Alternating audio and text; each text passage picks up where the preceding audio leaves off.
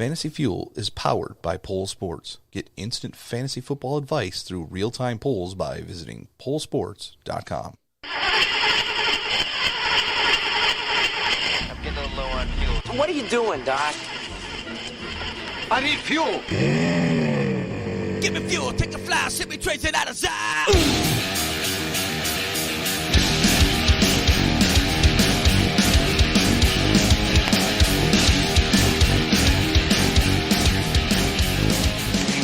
Now, here are your hosts, John Eddie Jr.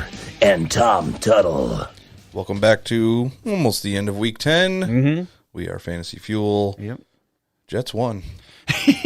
Darn it. I know. What's wrong with us? I don't know. What's wrong with you is that you guys held Saquon Barkley, last year's Rookie of the Year, to 2.77 inches per rush. How do we not have a better run defense if we can do this to Saquon?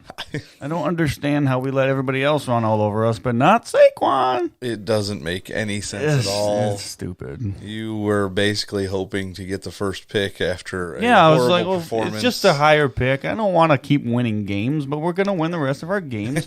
Barely missed the playoffs, and then that's how it's going to roll, because that's how the Jets do. Pick 14, and it's a terrible spot, and we don't make the playoffs. That's how it works with the Jets. Oh, boy. That's not going to happen. We're no way we're going to win the rest of our games. So you guys have beat the Giants and the Cowboys. For us Eagles fans, we appreciate the wins you have gotten this year. Yeah. And speaking of the Cowboys, so far this season, they're 5-4. I mean, after last night, the Eagles are now tied with the Cowboys for first place again in the NFC East. So I appreciate that. The Cowboys, however, played the Saints without Drew Brees. Lost. Played the Packers without Devontae Adams. Lost. And now they've played the Vikings without Adam Thielen. And lost. Now it just seems we're heading in this general direction that you're saying they're just not as good as people think. Is that what you're saying? I'm not saying a thing. I probably have said it before, but there's something off about the Cowboys. It just doesn't make any sense that they can win these games. They blow out the Eagles, absolutely just destroy us in Dallas. I had a feeling that was going to happen before it happened. Whatever. But I know Teddy Bridgewater did a very good job replacing Drew Brees, so that was all right. And it's time for Teddy to get back in there. Breeze is just not good enough. My goodness, yes. Breeze can't win. Obviously, it's Teddy's team. I mean, this is insane. Apparently, it was just that crappy pass rush that the Falcons had just ended up working this last week, and because there were no turnovers or bad weird plays or off penalties. They just got handed to them. So Breeze and the Saints are probably still going to make the playoffs. So not a crippling loss to them, but a team that's probably not going to make the playoffs are the Cleveland Browns. And we just keep getting new stats for them to talk about. They got the win this week. I just want to say, Vegas. Vegas, baby. I'm sorry, Vegas, for doubting you. What the heck was that? You can't honestly think about this for a second. A 6-2 team is going to lose to a 2-6 team. Come on, get out of here. You can't. You at least would say, at least make it not a 3-point spread. You say, whatever, make it an even split down the middle. Whatever, I don't care. And that 3-point spread was basically the home field advantage the Browns got. Otherwise, they were saying it was an even game. I guess they know more than I do. Yeah. That's apparent, very apparent. Although they didn't pick the Falcons, I know that. No, they probably didn't. And what's the other games there? Well, they probably didn't. They didn't pick the Jets. I know that. They didn't pick the Dolphins. I know that. Yep. So they were wrong a lot too. But that game, we thought for sure last week was going to be the one. That's the one you was like, you got to put a little money on that one. And somehow the Bills either win or lose the same way every single week. Yep. Josh Allen doesn't look amazing, but they're always in it. And he always ends up with a decent amount of fantasy points. He gets some rushing yards and a rushing touchdown, and he makes up for everything that he lacks in the passing game. I don't know. I think he has been over 25 points the last so many weeks. He's At least in the flag league, I know it's a little different. Yeah. In other leagues, but yeah. But he's been fine. And again, in the new dynasty that I started, the Superflex, I played Josh Allen and Ryan Tannehill this week, and that was more than okay. It works just fine. It did. Let's go to another quarterback. Did not play this week. Part of this 3-team squad of teams that have had a lead in every game this year. The 49ers, obviously. Right. The Chiefs, even though they're 6-4, they have had a lead in every game this year. That makes sense. And the 3-5-1 Detroit Lions have had a lead in every game this year, even without Matt Stafford. Right. And you would think that would be the 1 week they didn't. But it was the Bears, so they got lucky. They still have a lead in every game. That just tells you that they're actually a better team than what they are, what the record shows anyway. I did not think about it too much because he's been such a plug him in, leave him, and forget him player. Mm-hmm. But I did not go back to even think about maybe taking Kenny Galladay out of my lineup. Now Matt Stafford was, and he got a touchdown. Yeah. The only touchdown the Lions scored. I was like, okay, well, thanks, Driscoll, for getting it to my boy Kenny Galladay. But in that league that I have Galladay, I think I had some good backups. So it wasn't like... how you're probably not taking him out anyway, just based off the fact that it was Week 10 and there's a million teams on bye. But that particular league, I think I was fine and probably would have had options. But I'm glad I didn't get the chance to even think about it. Just I've forgotten about him since the beginning of the year. He started off good, and I forgot about him. That never happens to me. I forget about somebody, and it's just complete disaster. Right, like Trey Waynes. Yes, yeah. Let's move along to a disaster of an offense. We've talked about them before. Not good. Right here. The Rams. Yeah. We've been saying it. Something is wrong. There's something wrong, but it's getting under the radar because there's 1 week they have a good week and they look like they're legit. Yeah, Cooper Kupp goes off for 220 yards and 3 touchdowns. And then the next week they're just terrible. Like this last week, it was what is going on? Yeah. Well, apparently they're saying the offensive line's the culprit. Now that can usually be true about most teams if they're struggling. Right. Since Goff, they're saying here, since Goff has 0 second reaction ability, the offensive line is a bigger part of that than normal. And their best offensive lineman, Andrew Whitworth, turns 38 in December. So he's already old. He's old, yeah. And he's probably not got much time left. Yeah. Well, he'll be 41 by the next time the Rams have a first-round pick. They better put it together quick. They have to get it in gear. If offensive line is your problem and you don't have a first-round pick for what? For 3 years. 3 more years. 2022 is the next time they have a first-round pick. You better just load up an offensive lineman in the second or third, fourth, fifth round because that's not going to be good. And it's not like their running game has been bad. It's been okay, and Gurley's been okay. Yeah, he's been fine. They haven't really utilized him the way you would think they should. And somebody asked Todd Gurley when asked if he wanted the ball more, especially in the second half. He said, "No, not really. I'm kind of used to it." What does that mean? That to me, that's a slap in the face to the Rams organization, saying you need to use me more, and I'm completely used to not playing. So to me, that's a slap in the face. That's not him just saying, whatever. That's not it. He is slapping him in the face, but he's doing it smartly. Yes. It's a jab, but it's not as bad of a, I can't stand them. I don't know why they're doing this. That's completely a different way to approach things, and it's never good to do that. The way he did it, that's probably the best way to take a jab. If you're going to take a jab, make it sound like not so much of a jab. Right. And if you're going to ask somebody a question, hopefully you have as much courtesy and professionalism as somebody like Juju Smith-Schuster. Yes. Apparently he had a nice little back and forth with Jalen Ramsey on the field this week. Of course. Then a reporter asked him, are you kind of like AB, or are you trying to be AB yet? And this was his response. That motivate you before a game like this? Definitely not. And he's right, though. I'm not Antonio Brown. I will never be Antonio Brown. I am Juju Smith-Schuster.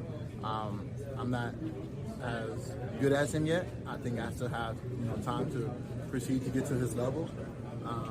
But I mean, we're totally two different persons.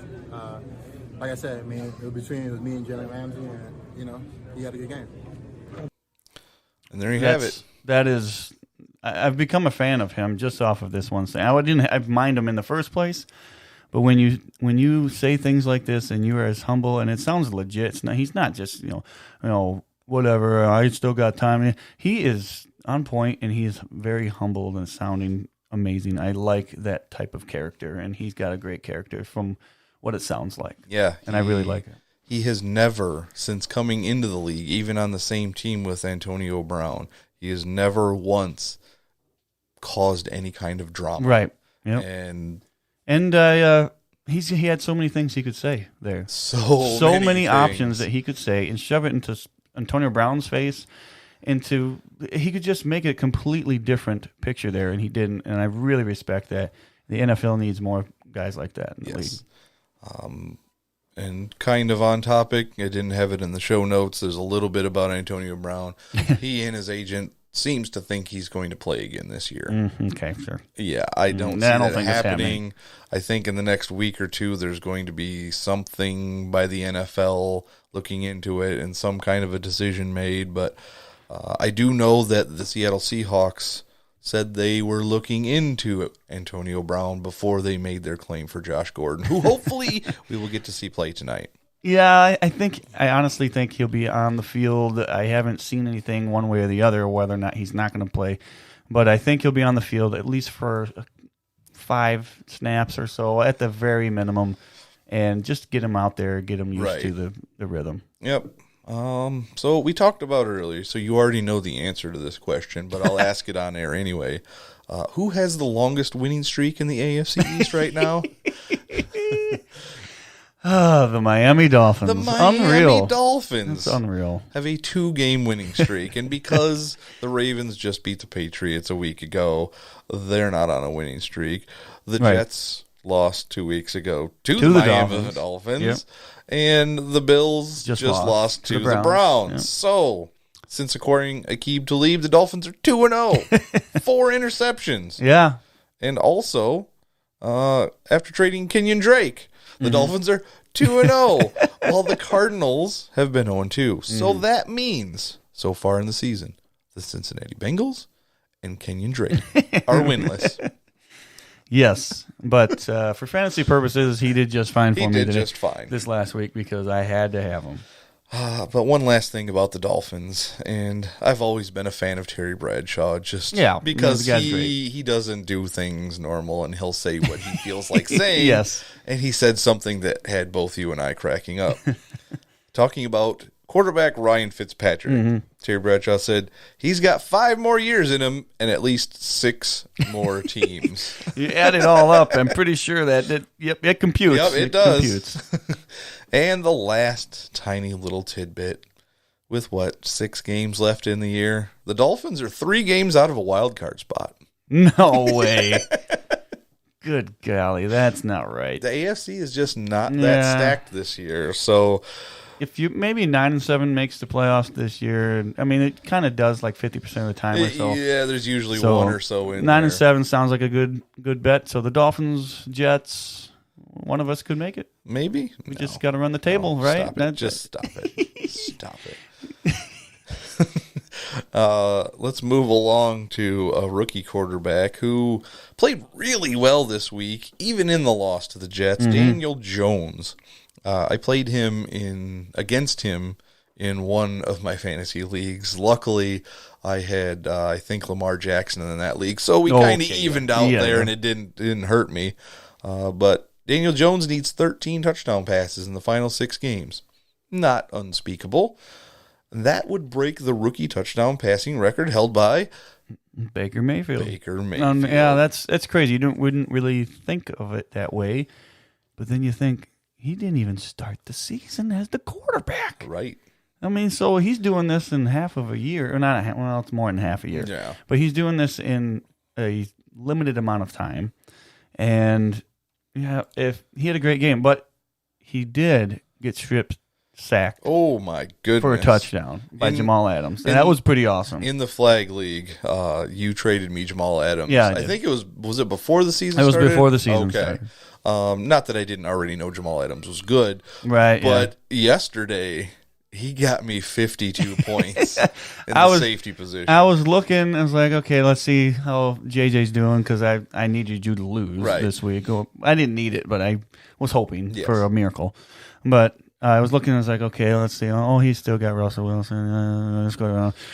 What is going on with Jamal Adams? Because I Adams. was unable to watch the Jets game. Uh-huh. I was at a birthday party. Yes, you and were.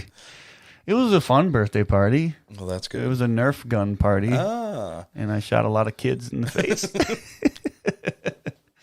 We'll edit that part out. It was Nerf gun. Yeah. So yeah, that was an interesting stat I came across for Daniel Jones because he has been up and down. It's been just an interesting. It's not like you can depend on him as a starting quarterback in fantasy football, but this last week because of the buys, somebody ended up You having to always put him have in, to. Mhm. and there you go. Surprising stat of the day because Ryan Tannehill ended up beating Patrick Mahomes. That's a crazy one. And that's not even the most surprising part of it. Andy Reid is now 1-8 against the Tennessee Titans in his career. That's just wow. You've only beaten the Titans one time? They haven't even been that great No, of a team in the last decade. They haven't been. They've been at best like an 8-8 team, maybe 9-7 at sometimes, and you're not winning. I mean, but clearly, Tannehill makes this team much, much better. Much better. And it helps that Derrick Henry has finally broken out of his shell and gotten a nice chunk. Was it 188 rushing yards this last week? Something like that. Something crazy. But to your point of him being one of your guys this year, he is second in the AFC when you in yardage. When you said you thought he was going to lead the league, and nobody would have said, "Oh yeah, sure, whatever." But he is close. He needed a big game, and he hasn't had his bye week. It's behind yet. Nick Chubb. Yes. So there's a chance that Kareem Hunt takes some of this because Kareem Hunt had a better week than Chubb this last week. Yes, in PPR he did because he had like 6 or 7 catches, I think it was. Yes. Kareem Hunt is already back and contributing, so that will be an interesting one. I believe we had a stat about Nick Chubb and Kareem Hunt. We didn't talk about that. Was right at the beginning, and we skipped right over it. Okay, well then I'm glad we covered it. That's good. Well, now we're on topic again. Nick Chubb and Kareem Hunt were on the field together for 28 snaps yesterday. Mm-hmm. They ran the 20 or 21 personnel on 43% of their snaps. That means 2 running backs and no tight end, or 2 running backs and 1 tight end. Right. And the like I said, 43% of their offensive snaps. NFL averages 9% where that happens right now. That's insane. So that's a big difference. They knew coming in when they got Kareem Hunt back, they were going to do this. And it's not like it was a amazing performance by the Browns. They barely beat the Bills at home. I still don't believe it. It's unreal. But it does look like they are going to involve Kareem Hunt. Yes. And it improves their team. It really does. Because they need something. They need an extra little gimmick because what they were doing wasn't working at all. So this little gimmick might be something for them to win a few more games, but they're not going to make the playoffs. They're not going to do anything special. No, just not this year. Just fantasy purposes, Kareem Hunt, definitely put him in your lineup because I know there's a lot of people that was just a little iffy. Yes. I don't want to do it, but we it had looks to play like him in one league that we're in together. Yes. We played him in the charity league, and he did us just fine. We got another win. I think we're finally back to 500 after starting off horrible. So there's still a shot we can make the playoffs and win some money for our charity. There's still a shot for me to make the playoffs in the listener league. There is. After having all the terrible adversity that I've had to go through. Yes. I feel now I sound like a professional football player. Yeah. Well, we've made it through a lot of adversity this year. Team played good. They played good. The team we played against was good. We got the win. That's good. Yeah. We're improving. So I made a statement early in the year. And I wasn't using this statement as a positive. It was more of a negative. But the statement may still ring true eventually, just in the opposite way that I intended it. I was talking about Baker Mayfield being the next Kirk Cousins. Because Kirk Cousins, up to that point, was just looking horrible. Wasn't and looking Mayfield good. was looking horrible. Yes. Neither one could win a big game. Well, since I made that statement, because I'm taking credit for this right now, Kirk Cousins is unbeaten in primetime games. So you're taking credit for Kirk Cousins being better than what he has been. Exactly. Okay. Kirk Cousins also addressed this narrative. He said, let's say J-Ron doesn't intercept the Hail Mary and they come down with it. Am I going to suddenly say, oh my gosh, I'm terrible in primetime? He's definitely got a point. Right. But it would go against him, and It that's would. all they would see is a loss in primetime. Yep. And stats they never portray everything. No. You can't get a stat for every single thing out there on the field, no matter what sport it is. But yeah, that's something you have to look. You have to at least understand the situation rather than just stats sometimes. Now, I'm just going to take that as a challenge right now. We can't have a stat for everything because the next thing on our list is a whole bunch of different stats. And it's about Lamar Jackson. Okay. Well, Your guy this year. I got to say, this is unbelievable. Over and above what you even thought was going to happen Yes, this I year. thought he was a top, I don't remember, top 10, maybe top 5 at the most. I didn't think it was going to be anything better. But I said, you take him knowing that there's a chance to get something ridiculous. Right. And that's what you got. Here we go. So let's talk about ridiculous. All these stats are for the first 16 career starts of all these quarterbacks. So in wins, he has 13, and Patrick Mahomes has 12.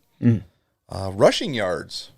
Now, we're not talking about just quarterback rushing yards here. Right. In Lamar Jackson's first 16 career starts, he has 1,258 rushing yards, which is good enough to be close to the top 5 in rushing overall in the league. Yeah, that's unreal. LaDainian Tomlinson's first 16 games, 1,236 rushing yards. Passer rating, Lamar Jackson, 94.4. Great. Now, we thought that was going to be an issue with him. Right, but it's significantly improved this year. Tom Brady, 90.1. I love this. This is great. Yards per attempt, Lamar Jackson, 7.6. Okay. That's not bad. Aaron Rodgers, first 16 career games, 7.5. So Completion percentage, Lamar Jackson, 63%. Not bad. Not elite, It's there. but not horrible. Well, who's one of the most accurate quarterbacks in the league? Drew Brees? Drew Brees, yeah. His of course. first 16 games, 61%. Ooh. Surprised Peyton Manning couldn't have made it on this list because he his wasn't good first in his 16 first games year. was bad. That first year, his rookie year, just terrible. So, with all these stats, Yeah.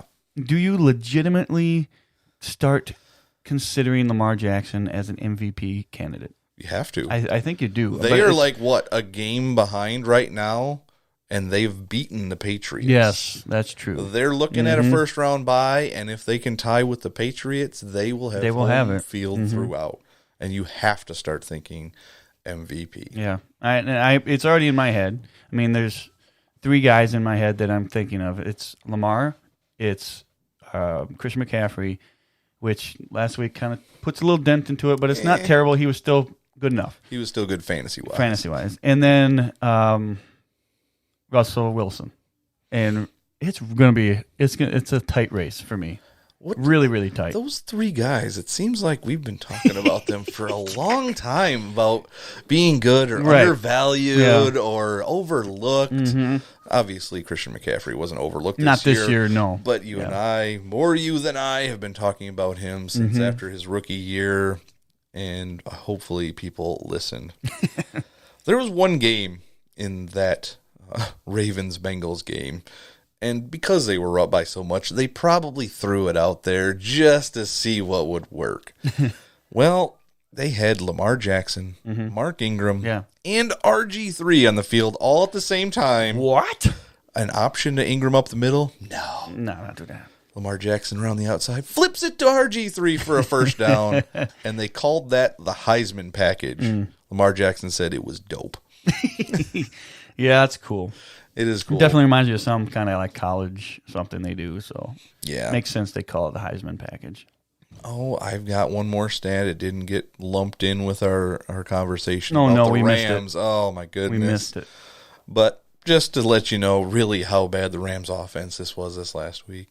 They had 15 drives, 8 punts, 4 turnovers, Oh, 3 points, and 1 third down conversion.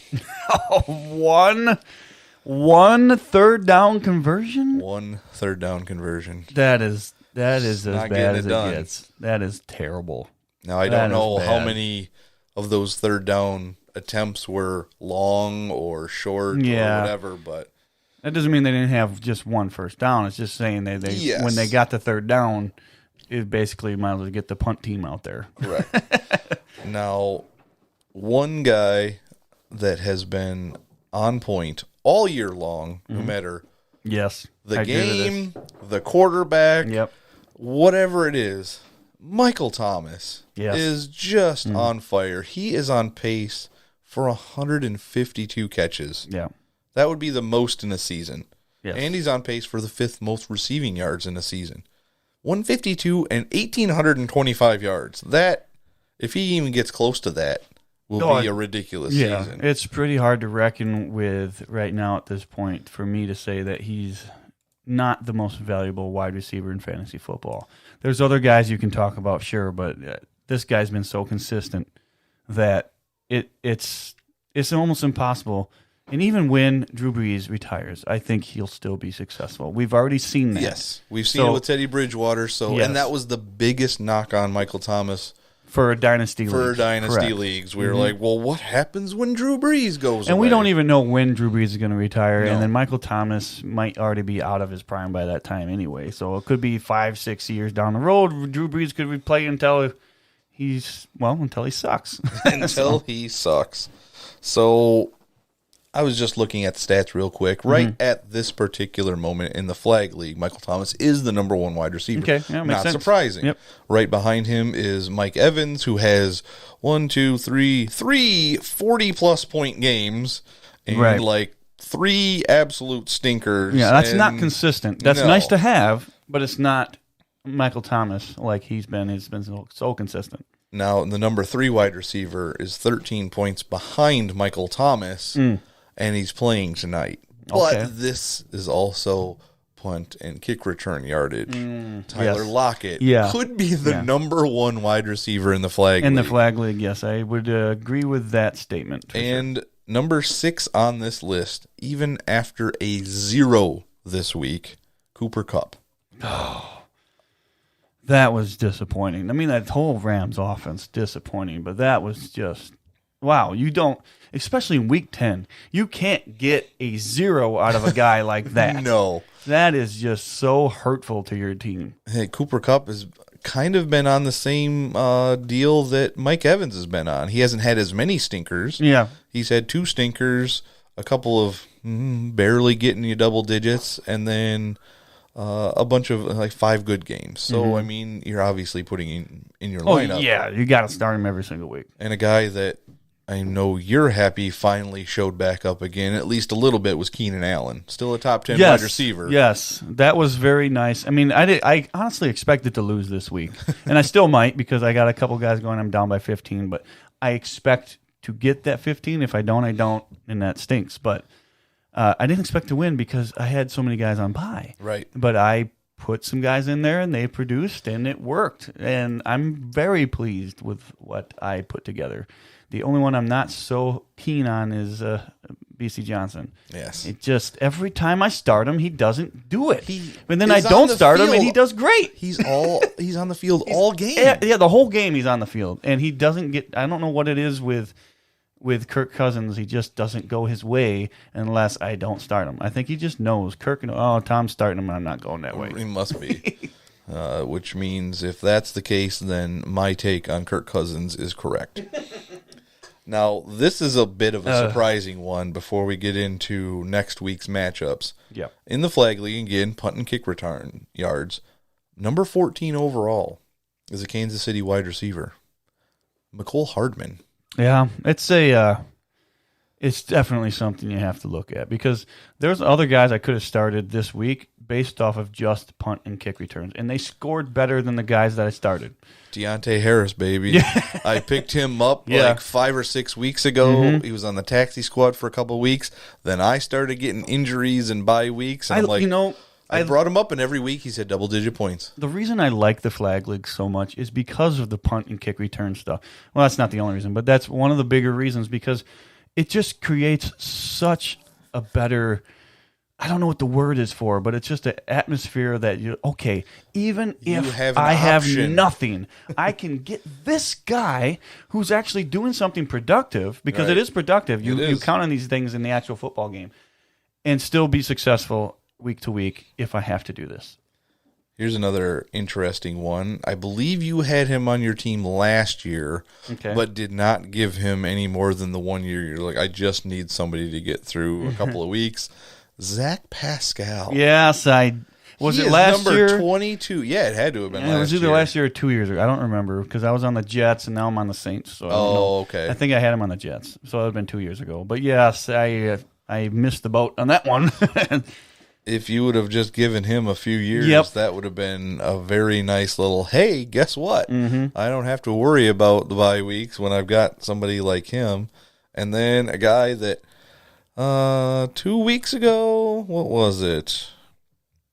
It might have been more than that ago. I played Darius Slayton in some DFS. Oh, and he did almost nothing. Yeah. And then all of a sudden, this week was just... You know why? Why? Jets. Well, that's true. I mean, what else? I mean, both of our starting cornerbacks didn't play in this game. 10 for 121 and 2 touchdowns. Yes. That's pretty darn good. Yeah.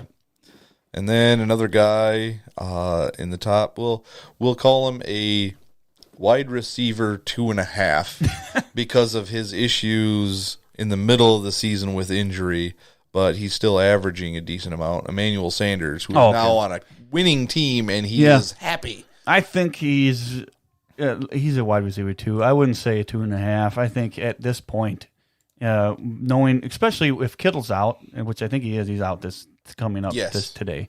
So that's going to hopefully give him more targets, more looks, possibly more points.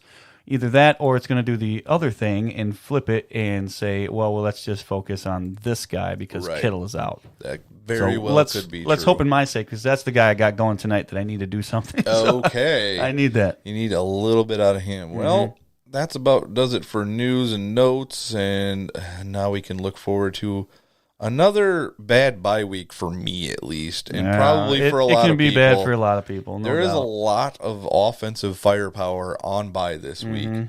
Green Bay, obviously, Devontae, Aaron Rodgers, Aaron Jones, who has just been showing up. What does he have? 14 touchdowns, I think, already this year. Even Jamal Williams in PPR leagues, I'm getting double-digit points out of him as a flex 3 option in those deeper leagues. Anybody you're starting on a regular basis, it sucks when they're on bye because now you got to fill this gap, and you don't know how to do it half the time.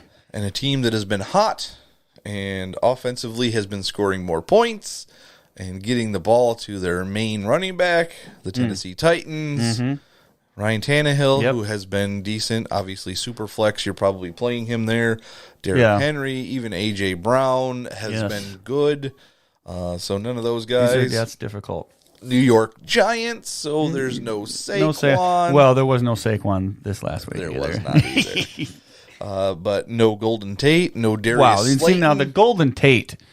This is why in the listener league, I wish I had at least one more week extra to come back and do this because I got my lineup now. The guys that I wanted are the really performing. Exactly. And I wish it would just stretch this out one more week, and I'd be okay. All right. So the last team on bye. Well, and then before we move on, Evan Ingram hurt a little bit again. Yeah. He was on pace for such a good year, and he has not been able to stay completely healthy. But every game he's been in, he has been getting targeted a lot. So while he's on bye, that hopefully gives him a chance to heal up for the rest of the fantasy season for Yeah, us. yeah, definitely. Need that to And happen. one of the teams that hurts me the most now, after multiple trades of players I had on my team Yes. to the Seattle Seahawks, I have like Half your team. half is- my team now. I traded for Russell Wilson. Who I did Yeah, not what's have a great trade. Yeah. I had Tyler Lockett to begin the year. Yep. I had Josh Gordon to begin the year, so You didn't know that was did going to not. happen. I had Jadeveon Clowney for the last 5 years in this league, and he gets traded there. And then I picked up Jacob Hollister this week just Yep. because Zach Ertz was on bye, Yep. and most of my other tight ends are crap around bye too. So there's a lot going on. And DK Metcalf, obviously, who has been coming into his own and doing fairly well. So that's a lot of offensive firepower in just 4 teams. Yes, it really is. So again, this Really week we is. need to find some outside the box guys possibly to fill in your gaps. Let's do it. So we'll start with Pittsburgh and Cleveland. At Cleveland. We should. I mean, I should obviously find we the already. spreads on some of these. Yeah, let's do now that. I'm really interested in these spreads after we were completely wrong and Vegas was completely right about that Buffalo and Cleveland game. Yeah, So I would say this as far as somebody you can start. You absolutely have to start Kareem Hunt. I'm guessing that it's a ridiculous spread at this point. it's by the your reaction. same spread. So three by Cleveland. For Cleveland, even Yeah. though Pittsburgh is 5-4, they are 3-point underdogs. To I the don't Cleveland trust. I Browns. don't trust Pittsburgh. So this one is understandable, but the Bills one to me, I just couldn't. That didn't compute in my head. Yes. So this one, I get. I get this. I'm okay with it. Oh, Jarvis Landry has been better than Yes. Odell Beckham this year. Oh yeah. I don't know that I trust Baker Mayfield. Yeah, but I trust Jarvis because he's getting targeted so much. That's all that matters. And that's kind of what I didn't expect him to have a better year than OBJ, but I expected him to be really good because of OBJ. Right. And that we laid out all of that We right did. before the season began. You were 100% right Yeah. about that. We have not gotten the chance to figure out if you're going to be right about Tyler Boyd and A.J. Green because A.J. Green is still not on the field. AJ Green, I just don't know if he's going to get on there. I just think that I know he wants to be out there. He said that even. He said, Oh, yeah. when I'm ready to go, I want to get out there. But I just don't think they're going to say you're ready to go. I think they're going to tell them no. Is that Don't. kind of like how Cam Newton has Yeah, it's been, a similar which process. I believe, what, about week 4 or something? I said, something's fishy with this, and I think Cam Newton is Yeah. not going to play another down this year. I don't know if that means he's ever going to play another down for the Panthers again. I wouldn't be surprised at all if he goes to another team next year. No. Let's look at this. What team could possibly want to trade for Cam Newton? Oh, That well, could obviously the use Bears. The Bears could use him big time. But they're not going to. You know, I would say the Dolphins. They need a quarterback that can be there for longer than whatever Fitzpatrick's going to be there for. Do you think they trade? Because they have so many draft They picks. they They're could gonna definitely take pick a one. quarterback there, but if they want to get Cam, at least that would be solidify. Well, that could solidify that position, and then you could go after a lot of other things with your draft picks. So I could see that possibly happening. But if they're going to trade for him, they're probably giving up draft picks to do that, and that's probably not smart. Other than that, I mean, What? I mean, Cincinnati's going to take a quarterback. Yeah, with they the number will- one they overall will pick, too. probably. Yep. I mean, you're looking at the rest of it. somebody's going to take him. Somebody's going to have him, and it might Denver. not. Yeah, I could see that. Do you think John Elway wants a guy like Cam Newton? I mean, he's not 7 foot tall. And I tell you something. If Cam Newton is on, he is a really good. He's a good quarterback, not just for fantasy football purposes, but in actuality, he's the type of quarterback you need in this day and age for NFL. right. I watched Sam Darnold, and I think I love Sam Darnold, but he's not as athletic as some of the others. Now they did some RPOs yesterday, and he scored on one of them RPOs, and he actually looked like he was pretty fast. I didn't realize how fast he actually looks when he's running. So it gives me a little hope that maybe they're going to change things up a little bit with the game plan, but it's still Adam Gase. I don't trust him, but I'm hoping that the way it is this day and age, though, is you need some kind of mobility out of your quarterback, and Cam Newton's going to go somewhere. He's going to be on a starting team. He's going to be starting somewhere. He's not a backup. No, he will not be a backup. Well, now it's been about 4 minutes since we started talking about this game. We have one team of this first Thursday night game talked about. We've gone on 3 or 4 tangents already. The other team in that Thursday night game is the Pittsburgh Steelers. Right. Is there anybody on that team that you're liking this week? I mean, James Washington had, I think, a touchdown this last week, but he also had a fumble. Yeah. And, I mean, Juju is on and off. I mean, as if much you have as you to like start, him now. If you have to, you have to. But I honestly, like I said last week, I stay away from the Steelers. I just do not trust the Steelers at all this year. You kind of have to. Yeah. So let's move on to the noon games, which there are a bunch. There's only 3 o'clock games, then the Sunday night and Monday night game. The first, Dallas at Detroit.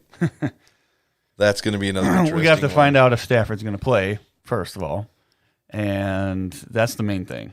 If Hey. The Cowboys can't win when the star is not playing against them. somebody, because the Jets beat them, so I have to think about this. C.J. Mosley, that's it. There you go. He wasn't playing. The star on defense. We got it now. So there we go. So, I mean, you're firing up everybody. There's not really any extra peoples, except maybe Randall Cobb, who you were just not liking doing what he was doing Yeah, last he did night. good last night. Unfortunately, if he would just have gotten a little bit of points, I'd have no problems winning this fantasy football week. Yes. But it's going to be a little bit more difficult. But he had a really good game, and I honestly don't know if I see it slowing down. I mean, they throw the ball a lot. And the Cowboys, they fed all 3 wide receivers last night. Nobody had like that amazing game, but they were all fantasy relevant. So listen, if you get a touchdown in that offense as a wide receiver and you're getting other looks other than that, it's a very solid game. Yep. All right. Well, what do you think the spread on that one is right now? Cowboys and Detroit. I'm guessing Cowboys are favored by 6. 3. Okay.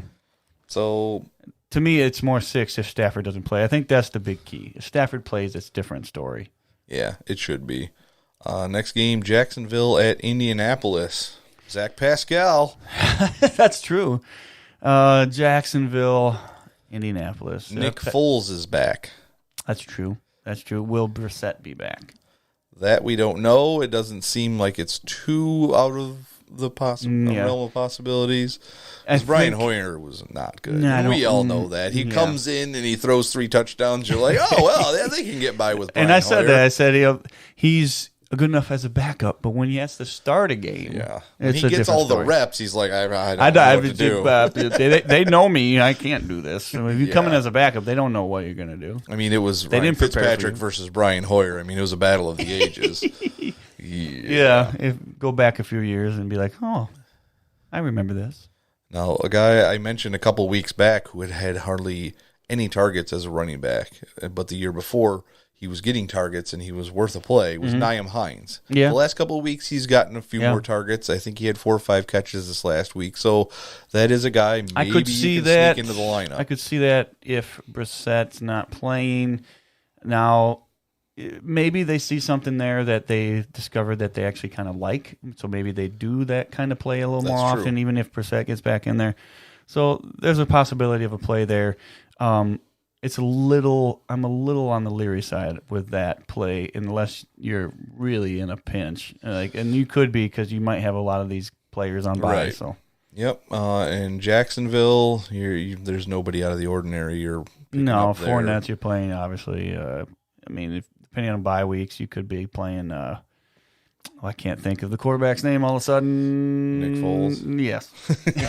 DJ Chark has been kind of quiet lately. Not shut down quiet, but not having those big games that he used to have. D.D. Westbrook, Chris Conley.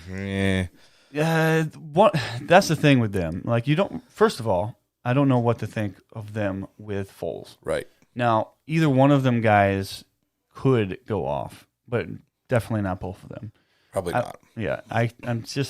I'm leery of them 2 guys unless you're in a bind, which you could be, very well could be. I'm going to say that a lot because bye week you're always in a bind. There's some kind of way you have to fill them gaps.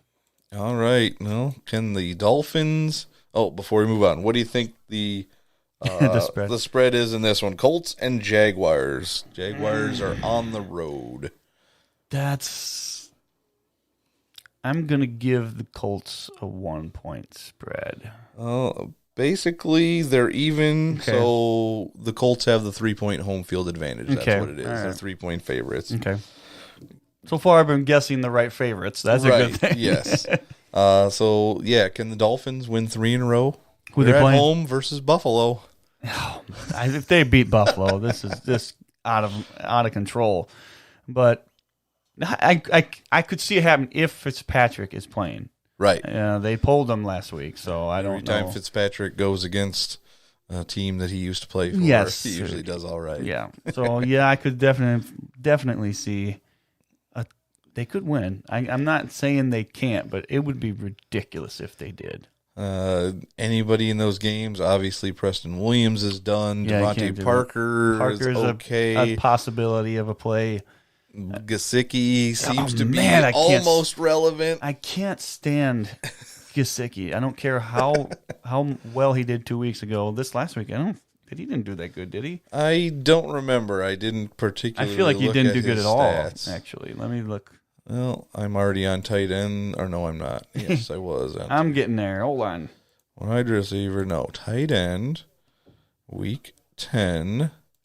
Is Mike Gesicki anywhere near the top? Austin Hooper was 13.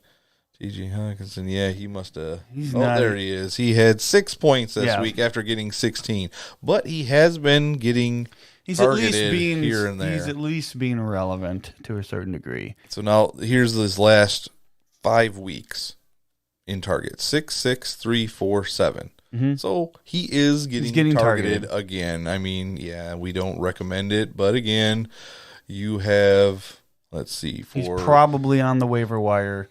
There's really only one tight end this coming week that's on bye that's giving you fits, and he was already going to be out anyway, and that was Evan Ingram, because nobody's really caring about Jacob Hollister. And at this point, do you go with Gesicki or just say, oh, there's Ellison?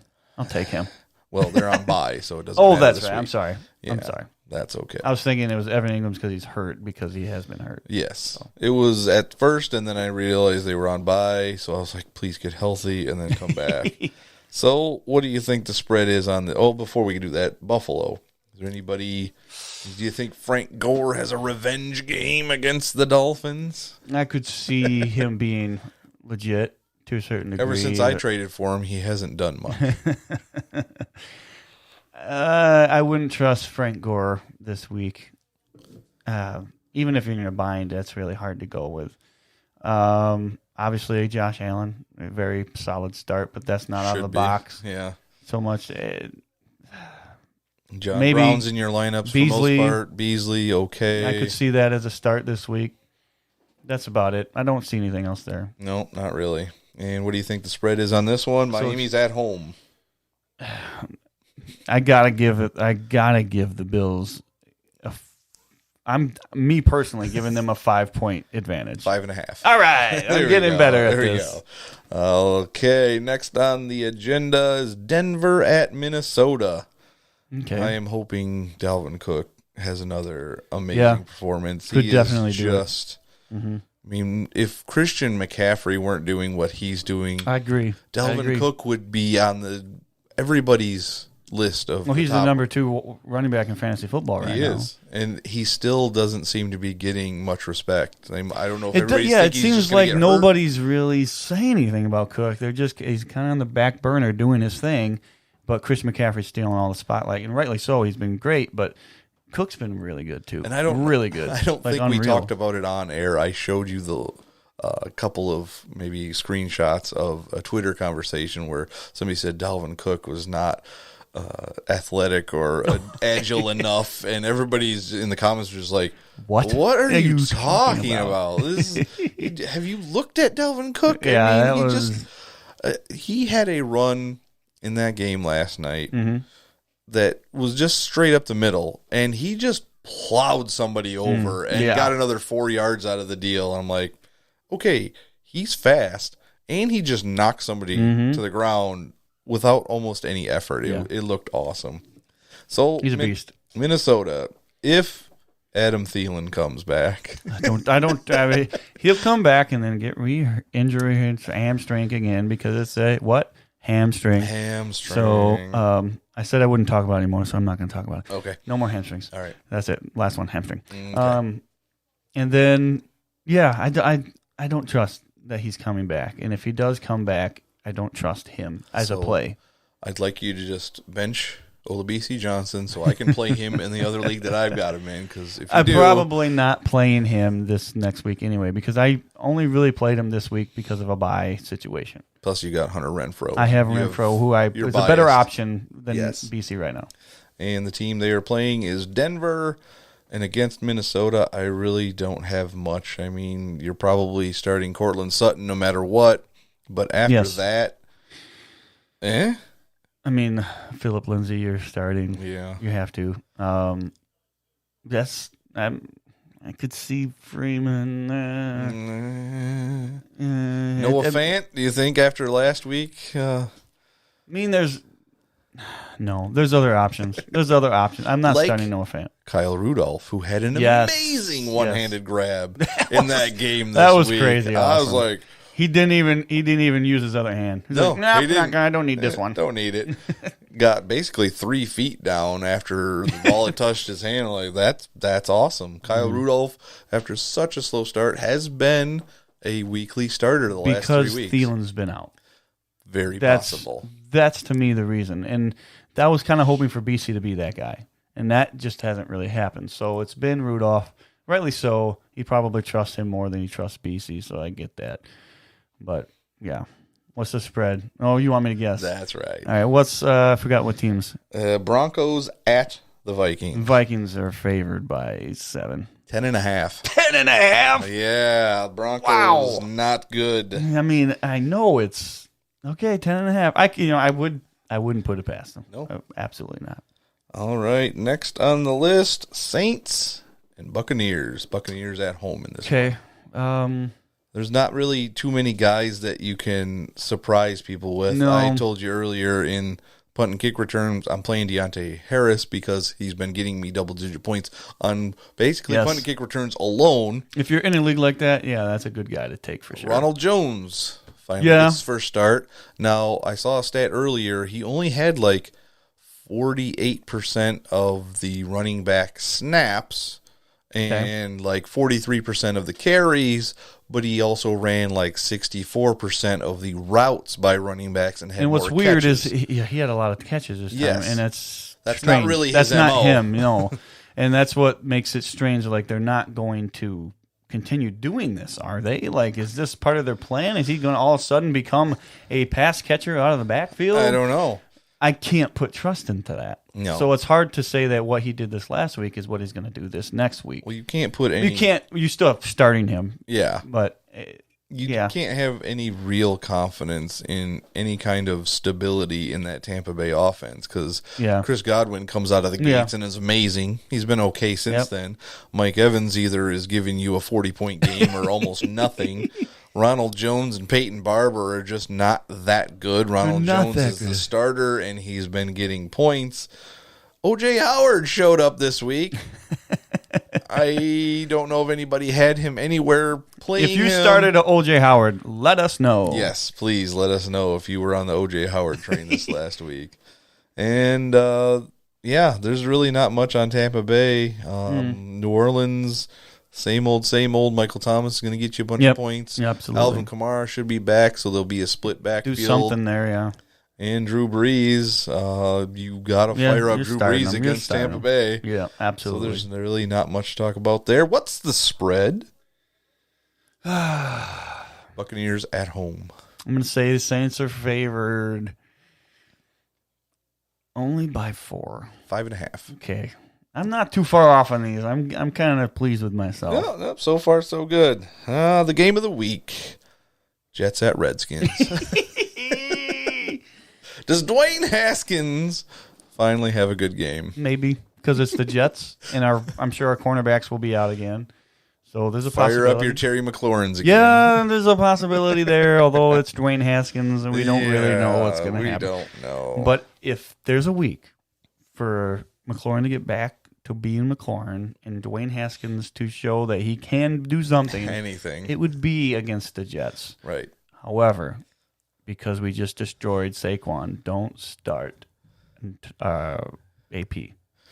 Don't start anybody in that backfield right now. For whatever reason, the Jets figured out. I don't know what we did. I don't know what we did. We did it right. Who on the Jets are you starting this week?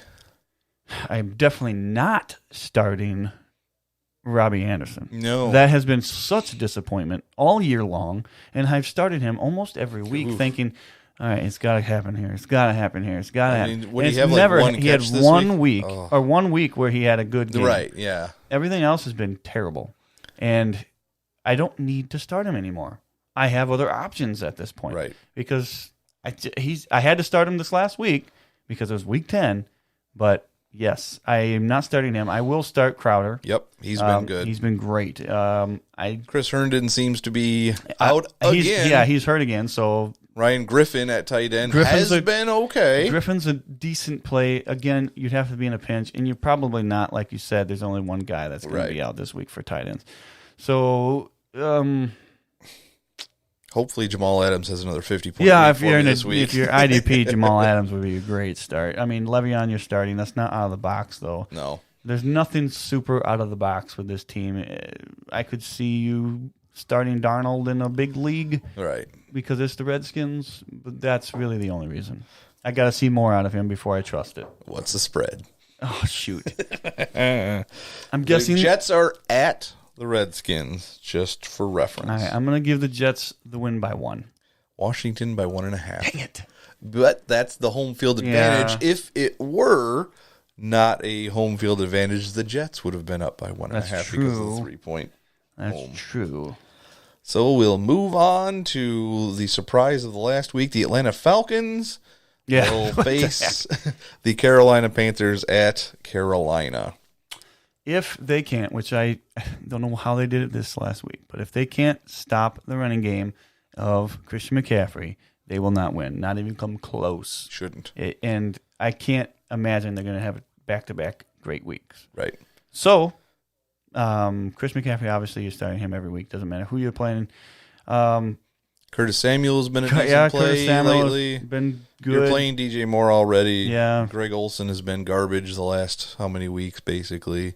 Greg Olsen was good this last week. Was he? Yeah, he had a fair amount of catches. I expect him to be good this week, too. Oh, there he was. So, he did have 19 points. Yeah. It must have been the first half when I was looking. He didn't have much.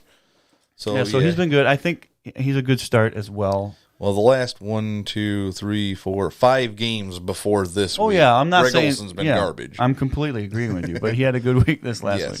All right. We've got Calvin Ridley. I mean, you're starting Julio. You're probably starting Matt Ryan. Devonta Freeman's out. Brian Hill is in. It's a bad situation. I might pick him up in one. That's the Joe only. and I are in. That's really the only guy at this point that's probably available that we've talked about. There's other guys that maybe there's a chance.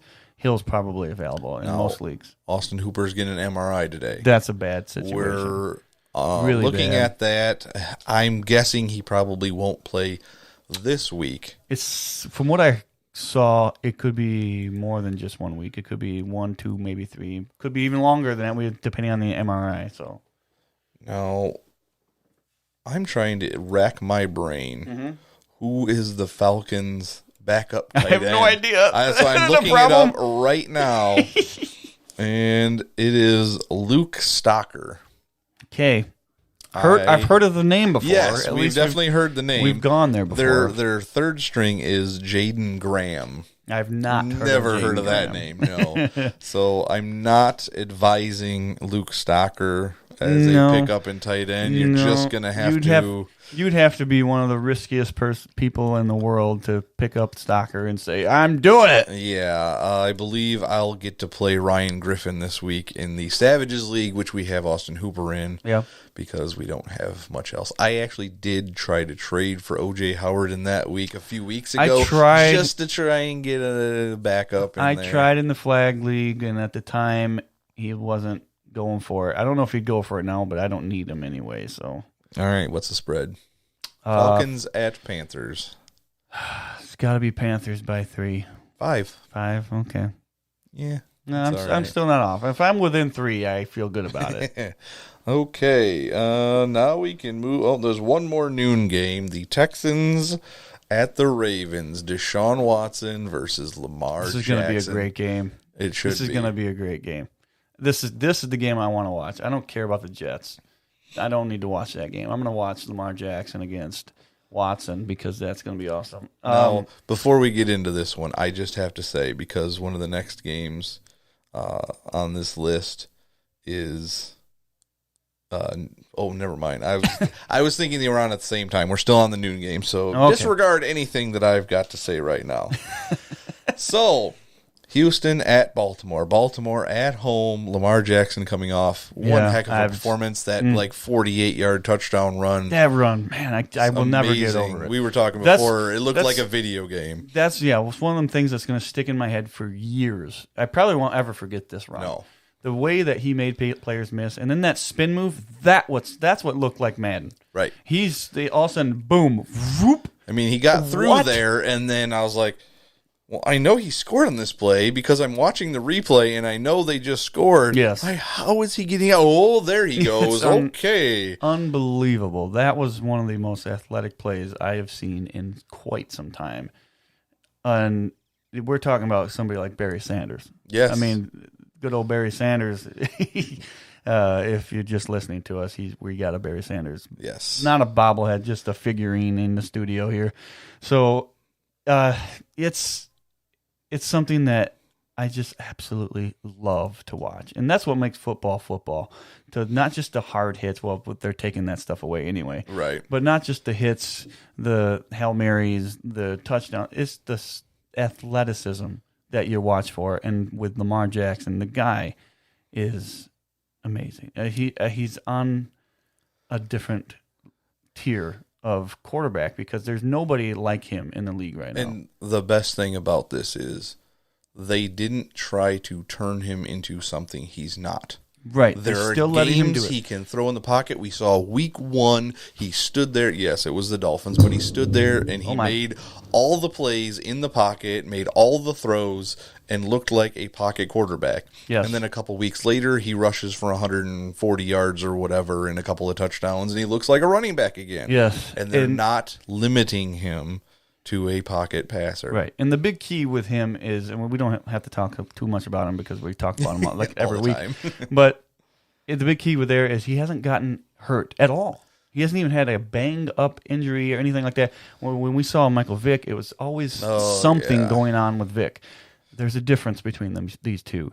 Obviously, Vick was extremely talented, but these two are different because it looks like Jackson can stay healthy. Now, it's very, very early in his career. Yes, it is. But even if this part of Vick's career, we were already talking about, he's kind of banged up here and banged up here, where Jackson is not there yet. And I'm hoping maybe the new rules actually help Jackson stay healthier than Vick, because if that's going to help, I love the rules. Right. I want to see this athleticism, but I also want to see football. Yes.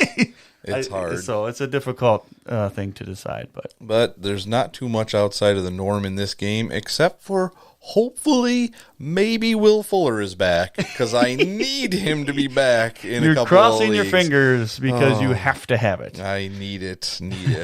But yeah, even Darren Fells has been fairly consistent for the Texans. If you're in a deep, deep league, maybe you're playing Willie Snead this week. Maybe.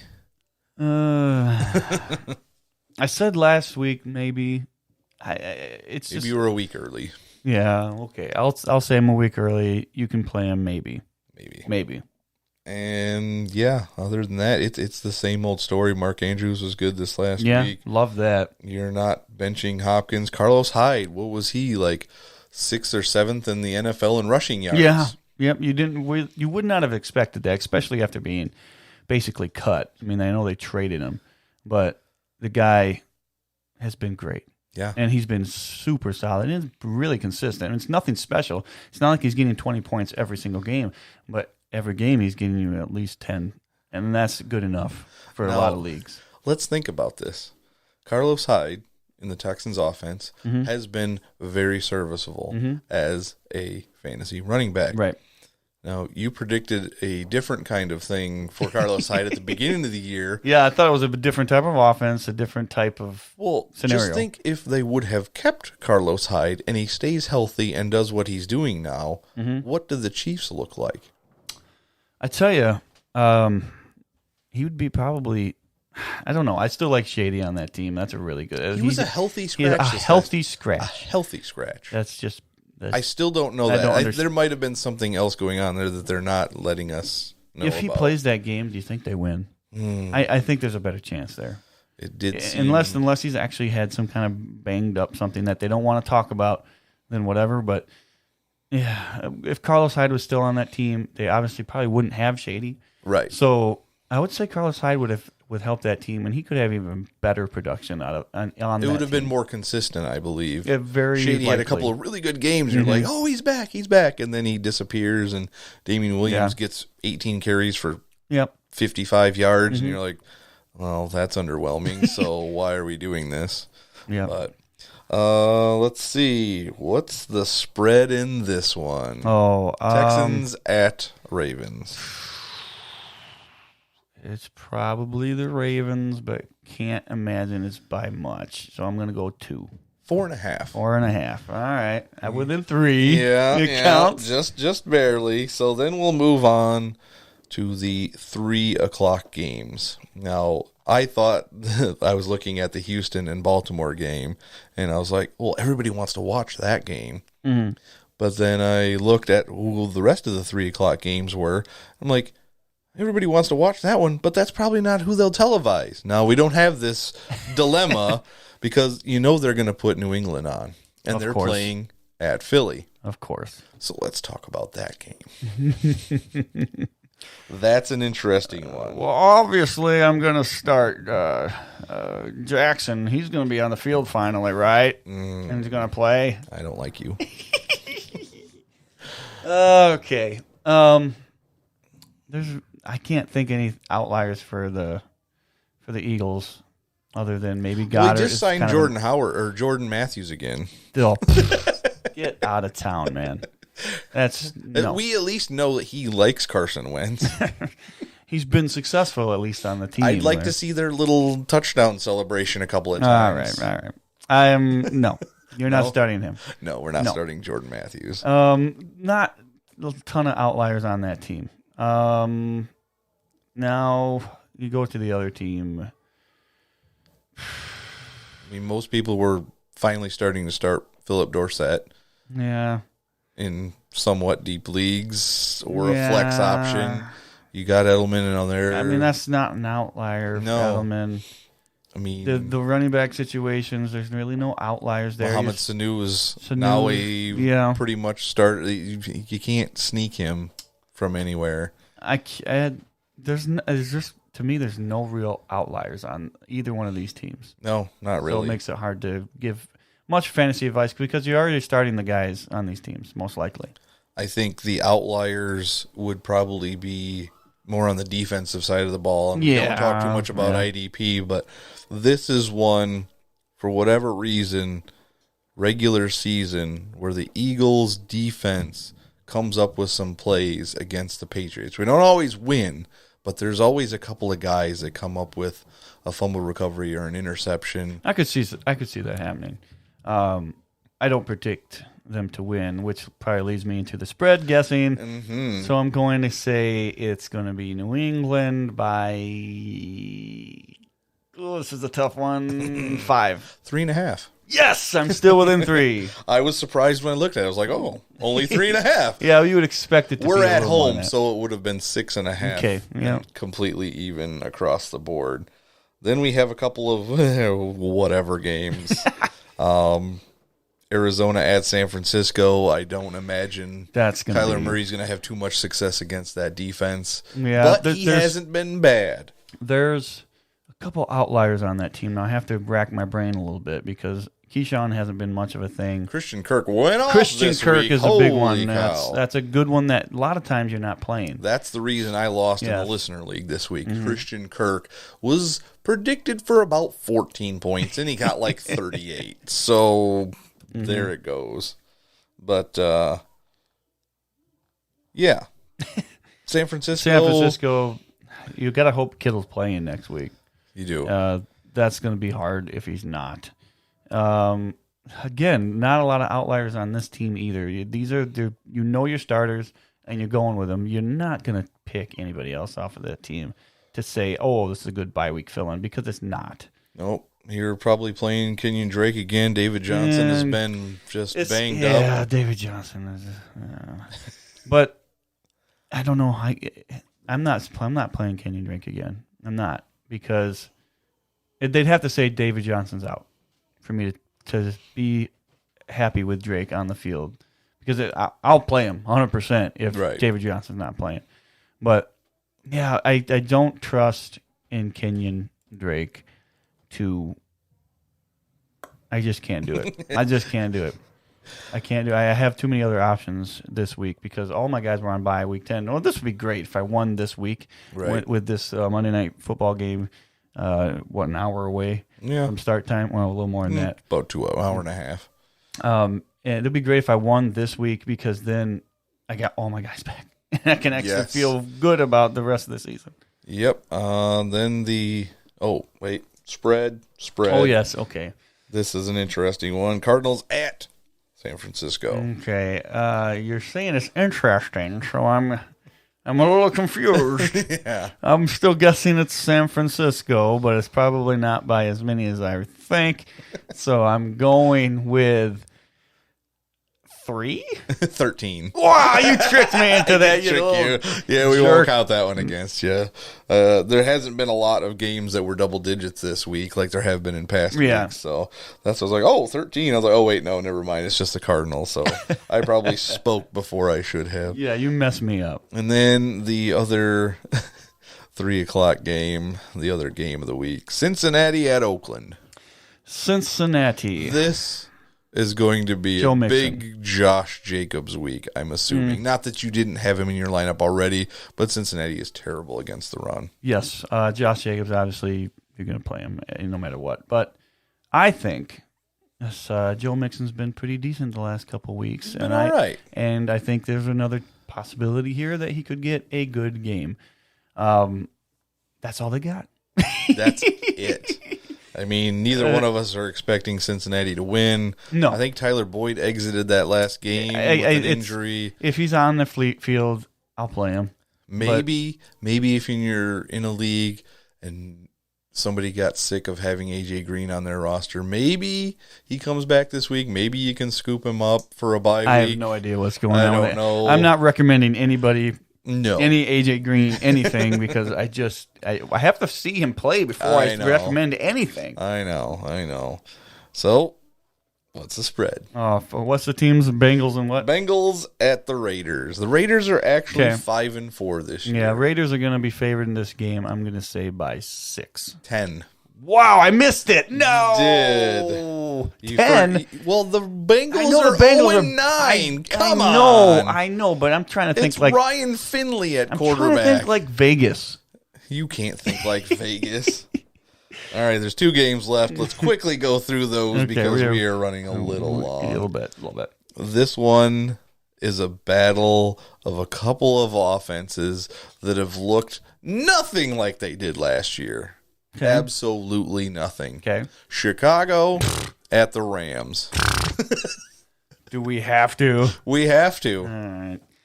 Oh, obviously, you're playing Cup.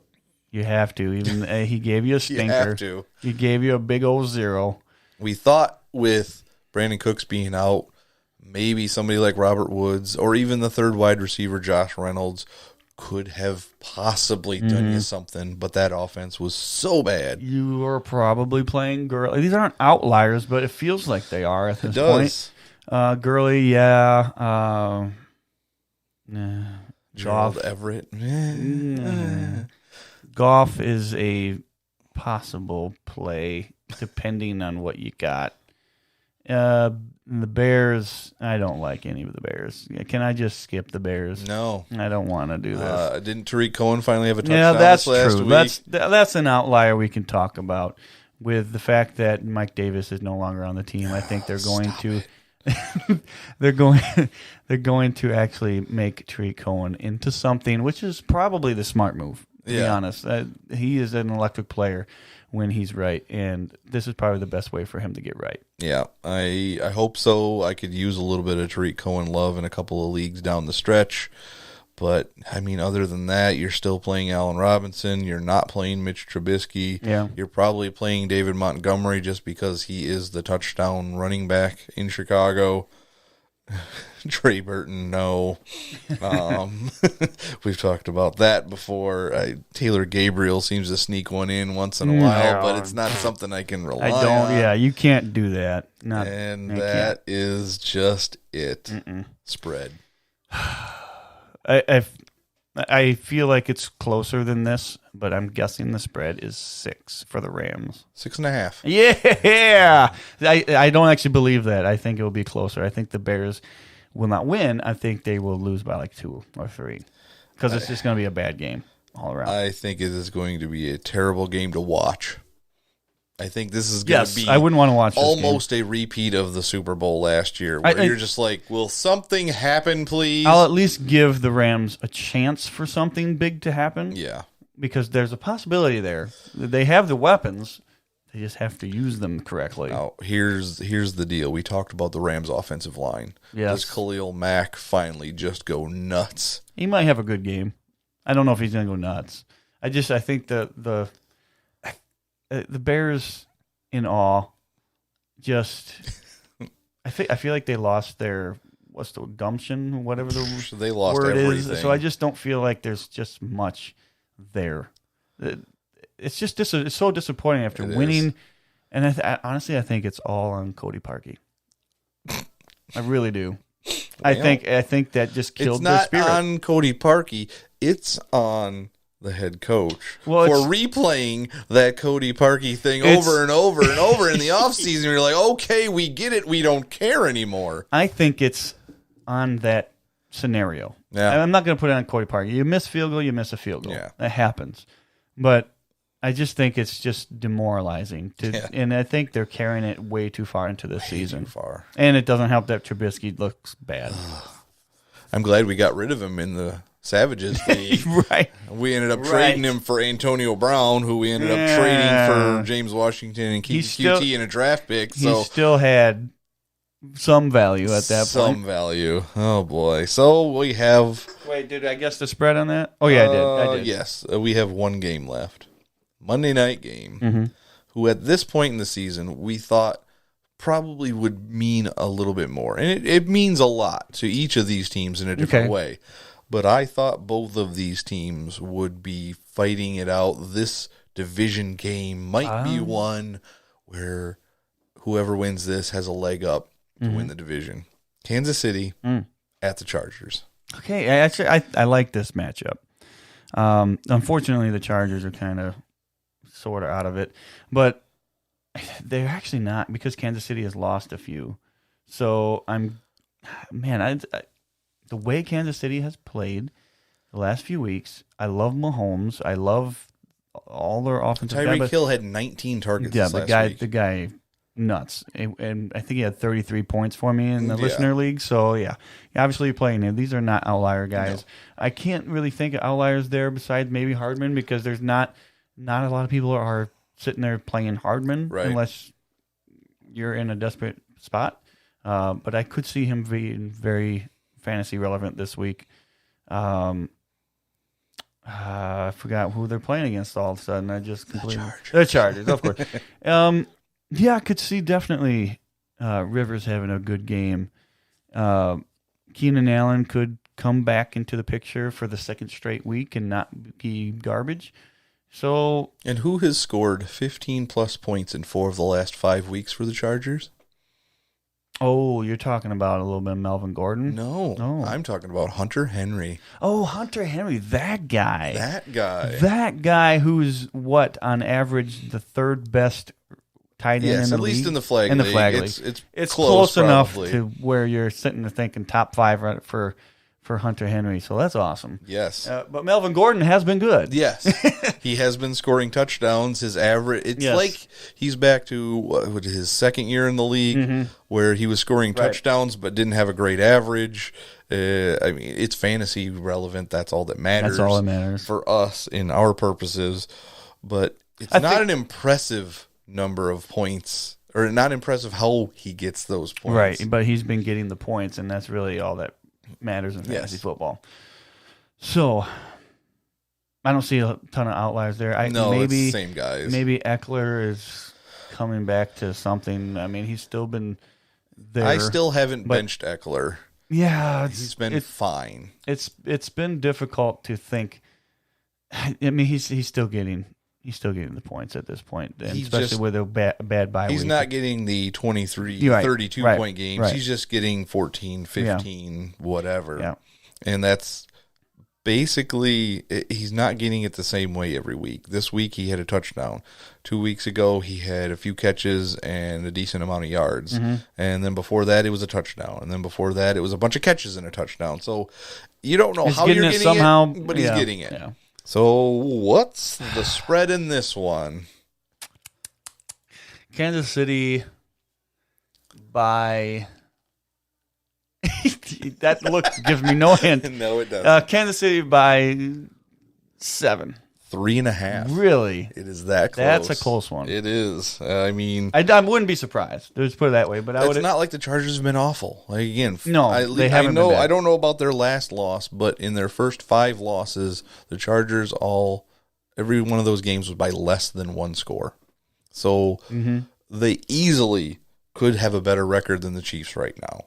So that game might be a lot closer. It is in Los Angeles. Not that that means it's really home field advantage for the Chargers, Right. because that stadium really doesn't give you home field advantage when 10,000 other fans show up and you only hold 20,000 people or whatever it is. Now I want to tell you their last loss Okay. was to the Raiders, 26 to Oh, 24. by 1 score. By 1 Less score. than a field Field goal would have won it. Wow. And they're 4-6, Yeah. so they could be a lot better than that. Yes. So they could be. I should have thought a little bit harder, but yeah, It's not something you I would think of. missed 2. One of them was because I missed 3. One of them was because you tricked me. Yes. The other 2, I got messed up on. That's all right. So heading into week 10, hopefully you are still all in the playoff hunt, because Yep. it is coming. We've got like 3-ish weeks left, depending on your league settings. Our flag league only has a couple of weeks left. We have 2 games before the playoffs Yeah. start in that league, because we have such a big amount of owners. And yeah, if I win this week, I will have to play Joe for the division.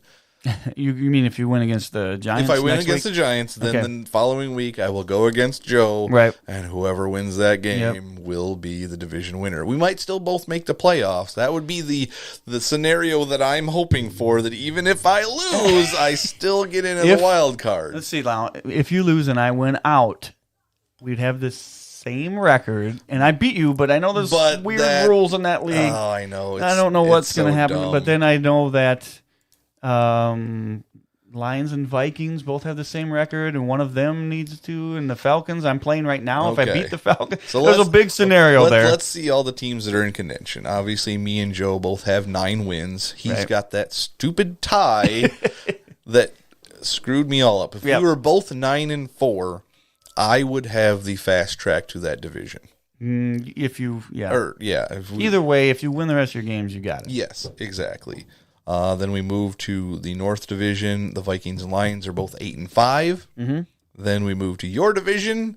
The Buccaneers are 11-2. The Falcons are 9-4, and you are 8-5. And that's why I need to win this game, because that will need it. put me in the Falcons even. And then the West, it's the 49ers at 8-5 and the Cardinals at 7-6 at the very, very outside shot at anything. I doubt the Cardinals, which is Gary. I doubt he will. 49ers be able are too good of a team. They are. They have losses, but they are one of the best teams in the league. Yeah, they have a lot of points scored against them. Yeah. Like, if not the most, like the second or third most, I think. So, yeah, there's our rundown. Any last thoughts? No. We've done a lot of talking. We'll let you get back to work or whatever it is you guys are doing while listening to us. Good luck next week. I think it's going to be a fun week this next week with the bye weeks. Most leagues I'll be okay, but I'm very much not happy. I'm glad Week 10 got over with, so I'm good. Yeah, we're I'm both good the rest of the probably way. going to escape with a win this week. I'm not saying that yet. I don't know what's going to happen. I just need 16 points to win this game. That's all. That's it? That's it. I got Okay. 2 guys going, and that's all right. I need. You should be all right. It should be. So hopefully you get a win. Follow us on all the good social media at Fantasy Yes. Fuel on Twitter, Facebook.com/FantasyFuel. If you are on YouTube, that would be lovely for a follow and a bell and a whistle and I don't know what else. ring-a-ding-ding. A ring-a-ding-ding-ding-dong. And please go to twitch.tv/FantasyFuel and follow us. We would love to be an affiliate over there and, possibly make this more of something in the future. Oh, yeah. All right, thanks for listening, and don't forget to stay fueled up this fantasy season.